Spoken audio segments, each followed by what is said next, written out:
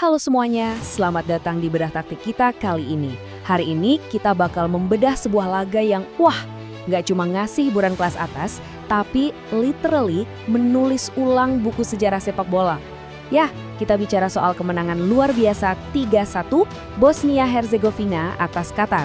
Sebagai seorang analis, jujur aja, ini adalah tipe pertandingan yang paling saya tunggu-tunggu. Kenapa? Karena di laga penentu grup B inilah eksekusi taktik yang super matang ketemu sama kejeniusan individu. Sempurna banget. Dan ini bukan sekedar 3 poin biasa buat Bosnia ya. Ini adalah sebuah statement keras di Seattle Stadium yang secara resmi menyingkirkan Qatar dari turnamen, sekaligus menempatkan Bosnia di posisi yang super strategis. Sekarang coba kalian bayangkan angka ini, 18. Yup, ini bukan sekedar angka acak. Ini adalah usia dari seorang wonderkid yang hari ini tampil layaknya pemain veteran dan gila banget sukses menghancurkan rekor masif di Piala Dunia.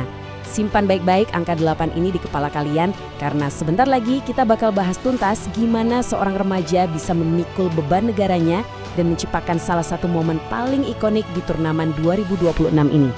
Oke, mari kita langsung masuk ke bagian pertama, dominasi taktik jarak jauh. Nah, disinilah kejeniusan pelatih Sergei Barbares benar-benar kelihatan.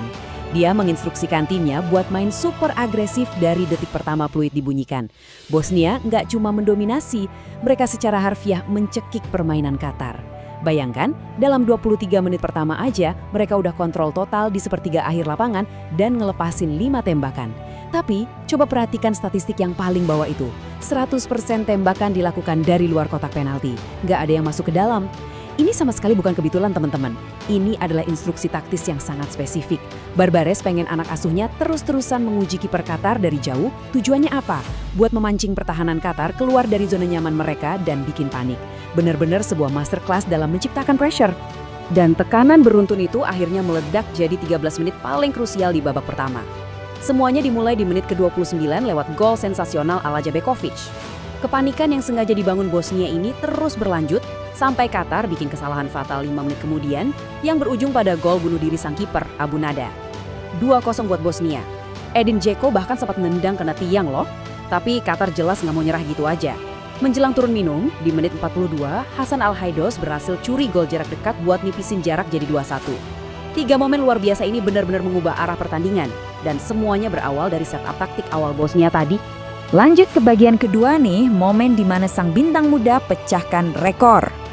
Nah, apa yang sebenarnya bikin momen di menit 29 tadi begitu spesial? Jawabannya simple, sejarah. Kerim Alekbegovic mengambil alih panggung utama. Lewat tembakan roketnya ke sudut gawang, pemuda yang baru berusia 18 tahun 276 hari, ini resmi jadi pemain termuda dalam sejarah Piala Dunia yang nyetak gol dari luar kotak penalti. Dan coba tebak rekor siapa yang baru aja dia pecahin? Kylian Mbappe. Ya, kalian gak salah dengar. Mbappe udah pegang rekor ini sejak 2018 waktu umurnya 19 tahun 207 hari. Maksud saya menggeser nama sebesar Mbappe dari buku rekor lewat gol yang begitu spektakuler. Jelas ini adalah tanda lahirnya seorang bintang besar. Pencapaiannya nggak berhenti di situ aja. Secara overall, pemuda ini sekarang duduk manis sebagai pencetak gol termuda ke-8 dalam seluruh sejarah panjang turnamen ini. Dan yang lebih gila lagi nih, berdasarkan data, Alekbegovic sekarang jadi satu dari 3 pemain di abad ini yang usianya 18 tahun ke bawah yang bermain penuh di 3 laga fase grup Piala Dunia buat negara Eropa. Dia sekarang sejajar sama nama-nama top kayak Gapi di 2022 dan Dimitri Shev di 2002. Benar-benar fenomenal. Sekarang kita masuk ke bagian ketiga, momen kebangkitan Qatar. Seperti yang kita tahu, sepak bola itu dimainkan 2 babak. Dan di bawah asuhan Julen Lopetegui, Qatar keluar dari ruang ganti dengan energi yang 180 derajat beda. Setelah gol Al-Haidos tadi, Pedro Miguel dapat peluang emas yang nyaris aja menyamakan kedudukan, sayangnya membentur tiang. Gak lama setelah itu, Akram Afif juga ikutan neror lewat tembakan sudut sempit yang tipis kena jaring samping gawang. Secara taktik, counter press Qatar ini benar-benar berhasil memaksa Bosnia buat parkir lebih dalam dan ngelepas penguasaan bola di area krusial. Jujur aja, lini belakang Bosnia dan kiper Nikola Vasil diuji habis-habisan di fase ini. Masuk ke bagian keempat, efektivitas sang super sub. Dan ini dengan brilian mengilustrasikan tren turnamen kita saat ini. Pas Bosnia lagi tertekan hebat-hebatnya, nah disinilah rotasi pelatih bekerja bagaikan sihir. Mari kita bedah gimana persisnya mereka memutus momentum Qatar. Di menit ke-79, Bosnia akhirnya dapat celah buat counter attack, dan tembakan Bajerak Tarevic memaksa kiper bikin save yang berujung tendangan sudut. Dari corner inilah malapetaka buat Qatar turun. Mereka gagal ngebuang bola dengan bersih. Terus tebak siapa yang muncul di tengah kemelut itu?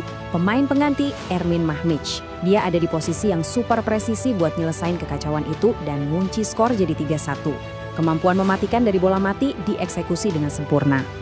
Kalau kalian perhatiin, tren pemain pengganti yang bawa dampak besar ini benar-benar mendominasi Piala Dunia kali ini loh. Mamik sekarang join di klub super eksklusif, bareng Dennis Undav yang punya 3 gol, dan Johan Manzambi dengan 2 gol, sebagai pemain yang nyetak multi-gol walau cuma turun dari bangku cadangan. Tapi tunggu, dengerin fakta gilanya. Dengan gol keduanya ini, Ermin Mamik resmi jadi pencetak gol terbanyak sepanjang masa buat Bosnia di Piala Dunia. Dan bayangin, dia belum pernah sekalipun masuk starting 11 di turnamen ini. Itu sih tingkat efisiensi yang di luar nalar ya. Oke, kita sampai di bagian kelima. Sejarah baru menanti Bosnia. Buat Bosnia, kemenangan ini rasanya jauh lebih mahal dari sekedar dapat 3 poin. Ini adalah titik balik yang masif. Angka 7 ini melambangkan kutukan yang akhirnya berhasil mereka patahkan. Sebelum laga ini dimulai, Bosnia-Herzegovina lagi kejebak di tren suram.